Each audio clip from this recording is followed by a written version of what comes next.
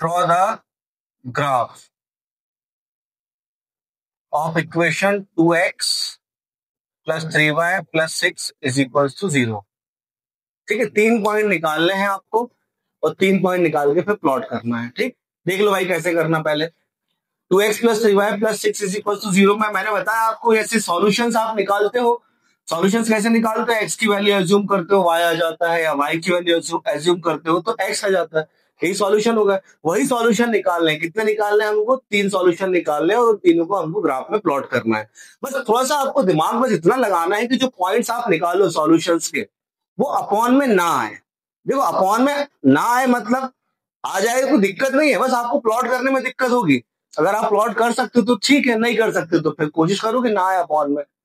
जैसे 1/2 अपॉन में 2 किसी के भी आए तो वो कंसिडर हो जाएगा, मतलब चल जाएगा कि हाँ भैया 5 और 2 और 3 के बीच का हमने 2.5 आया, 2 और 3 के बीच का हमने रख दिया। लेकिन अब अपॉन 2/3 आ जाए, अब 2/3 कितना होगा? समझ रहे बात को? तो वो दिक्कत हो जाएगी। तो क्या एज्यूम करें? Let x is equal to कितना लेंगे? सबसे पहले हम 0। x की वैल्यू हमने 0 रखी यहाँ पर, तो 2 इंटू 0 कितना हो गया? 0 plus 3y plus 6 is equal to 0। 6 वहां चला गया तो 3y इज इक्वल टू कितना हो जाएगा? -6। तो y की वैल्यू कितनी आ जाएगी? -2। कोई दिक्कत है यहां पर? और लेट अब y के इक्वल में क्या मान लो? 2 पॉइंट तो सिंपल आसान तरीके से y की वैल्यू 0 मान लो तो कितना हो जाएगा? 2x प्लस ये कितना हो जाएगा? 0 प्लस 6 इज इक्वल टू 0। 6 वहां चला गया तो 2x इज इक्वल टू कितना होगा? -6। तो x की वैल्यू कितनी आ गई? -3। अब एक और निकाल लो तीसरा पॉइंट। तीसरा पॉइंट और क्या निकाल ले अपन? x की वैल्यू 3 पुट कर देते हैं सबसे बेस्ट। x नहीं देख रहे हैं ना भाई, यहां पर 3x की वैल्यू तो नहीं आई ना? नहीं, ठीक। तो x की वैल्यू 3 एज्यूम कर लेते, तो x इज इक्वल टू 3 मतलब 2 into 3 plus 3y plus 6 is equal to 0। 2 3 कितना हो गया? 6 plus 3y plus 6 is equal to 0। 6 plus 6 कितना हो गया? 12 plus 3y is equal to 0।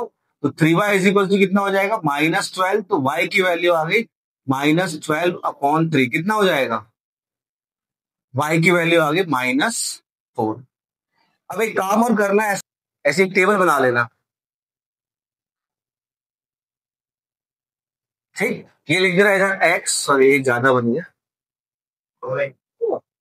और ये हो जाएगा y। ठीक है, x और y। x की वैल्यू स्टार्टिंग में हमने कितनी ली? 0।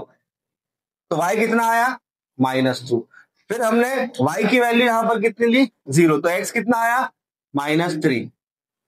यहां पर x की वैल्यू कितनी ली हमने? 3। तो y की वैल्यू कितनी आई? -4। आया समझ में? तो ये हमारे सॉल्यूशंस हो गए। सीधा प्लॉट कर दो इसको। कोऑर्डिनेट ज्योमेट्री पढ़ा है आपने, ये x एक्सिस होती है, x डैश, ये y एक्सिस होती है, y डैश। ये होता है ओरिजिन। ठीक, यहां पर पॉजिटिव्स होते हैं 1 2 3 4, 1 2 3 4 5। यहां पर y के नंबर पॉजिटिव्स होते हैं 1 2 3 4 5। यहां पर x के कोऑर्डिनेट्स कैसे होते हैं? नेगेटिव होते हैं, -3 -4 -5 -1। यहाँ पर y के होते हैं नेगेटिव -2 3 4 5। पहला पॉइंट क्या है? 0 और -2। तो 0 x की वैल्यू है 0, मतलब ये पॉइंट 0, और y की वैल्यू -2। तो पॉइंट आएगा कहां पर? ये इधर पर जाएगा 0, -2। अगला कोऑर्डिनेट क्या हो जाएगा? -3, 0। x है -3 और y है 0, तो आ जाएगा यहाँ पर -3, 0। लास्ट 3, -4। x है 3, y है -4, तो ये आ जाएगा इधर पर लगभग 3, -4 है। ठीक है, सही है। और इधर देखो ये 3, इन तीनों से मिलाते हुए एक लाइन ड्रॉ कर दो, इधर बढ़ा दो, और यहां पर लिख दो लाइन की इक्वेशन क्या है? 2x plus 3y plus 6 is equals to 0। देखो भाई question, the auto rickshaw fair in a city is charge ₹10 for first kilometer and ₹4 per kilometer for the subsequent distance covered. Write the linear equation। चलो फटाफट, मैं आपको सिर्फ example दूंगा, 2 minute अब शांत रहना, आप दोनों एग्जांपल दूंगा और आपको क्या करना है उस एग्जांपल से आपने जो एज्यूम किया है एक्स और वाई वैल्यू पुट करके और बताना है सॉल्व करके। ठीक, आप जा रहे हो मकरोनिया, कितने किलोमीटर है? 5 किलोमीटर। पहले मेरा आंसर देना, उसके बाद अपने में वैल्यू में आंसर देना। ठीक है, मैं मान के चल रहा हूं कि एक टैक्सी से गए, उसका 100 रुपए जो है वो कैसा है? फिक्स चार्ज है। 1 किलोमीटर का फिक्स चार्ज है। हाँ सही कहा, 1 किलोमीटर का फिक्स चार्ज कितना है? 100 ज्यादा हो जाएगा क्यों कटरा के साथ 50 रुपए, 50 रुपए फिक्स चार्ज है। उसके बाद पर किलोमीटर चार्ज है 7 रुपीज पर किलोमीटर चार्ज,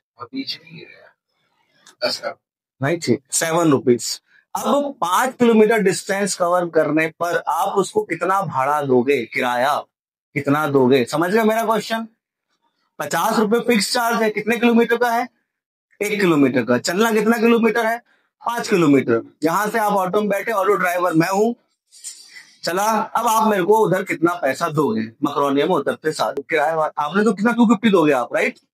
तो दोगे, बताओ भाई। एक आखिरी 240 पैसा रख लेना अपने अपने जेब में, किराया ऑटो वाला मैं हूँ। हाँ, तो पैसा लेकर जाऊंगा। उसके बाद 78 रुपीज देंगे। सही कहा। अब बेटा जो रिलेट किया है आपने इसको सही कर दो, पूरा काट पीट दिया, हो गया क्लियर? अब कैसे बनाओगे? देखो भाई, आप टैक्सी में बैठे थे, आपको फिक्स चार्ज 50 रुपए लग गया, ये आपको देने ही देना है। उसके बाद ये 50 रुपए कितने किलोमीटर का चार्ज है? 1 किलोमीटर का फिक्स चार्ज बोला ना, 1 किलोमीटर। 1 किलोमीटर का चार्ज फिक्स है, आप कितने किलोमीटर चले हो? 5। तो 50 रुपए आप जब 1 किलोमीटर का दे चुके हो, तो कितने किलोमीटर बचे जिनका चार्ज हमें देना है? 4 किलोमीटर। तो 4 किलोमीटर में हर किलोमीटर पर किलोमीटर चार्ज कितना है? 7 है। तो उस हिसाब से आप कितना दोगे? 7 × 4 जो भी आएगा, मतलब जो पर किलोमीटर चार्ज है हम किसमें मल्टीप्लाई कर देंगे? जो डिस्टेंस हमारी बची, 4 7 28 प्लस 50 हो गया 78। समझ में आई ये चीज की नहीं? अभी भी बताओ।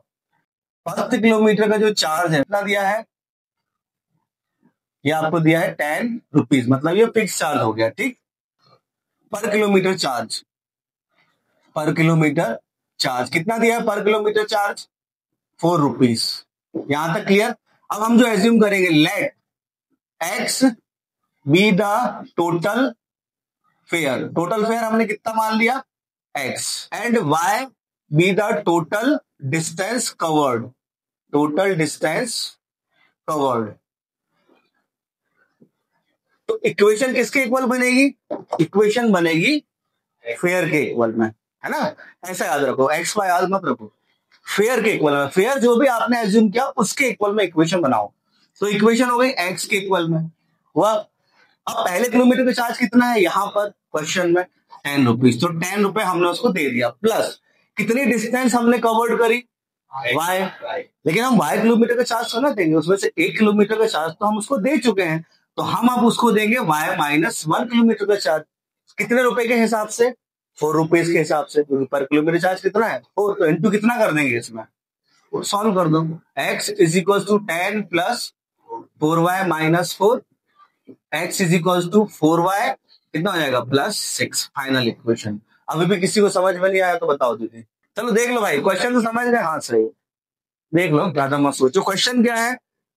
Rabbit cover y metre distance by walking 10 metre in slow motion and the remaining by x jump, each jump contain 2 metres.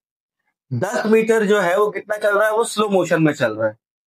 Slowly slowly, सोना नहीं है। 10 मीटर स्लो मोशन में चल रहा है वो।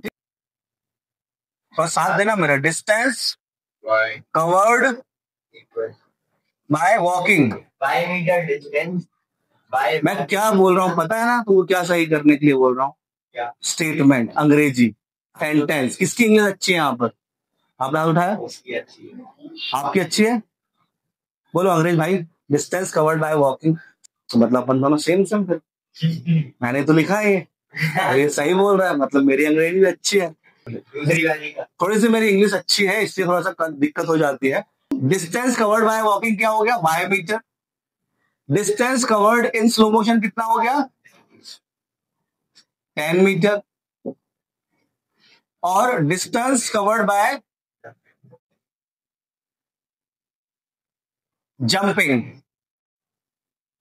जंप भी दिख रहा है, जंपिंग भी दिख रहा है, दोनों चीजें एक साथ हो गए। कितना हो गया? X. Each jump contain 2 metre. Very good sir, very good, very good, very good, very good. आपने पिछले भी दिया था, तब मैंने उस समय वेरी गुड बोला, तब आपने तो नहीं बोला कि सर थैंक यू है। अब आप कर चुके हो, उसके बाद आप 2 बार आपने आंसर दिया, तो मैं वेरी गुड कैसे बोल दो? Very good, very very good.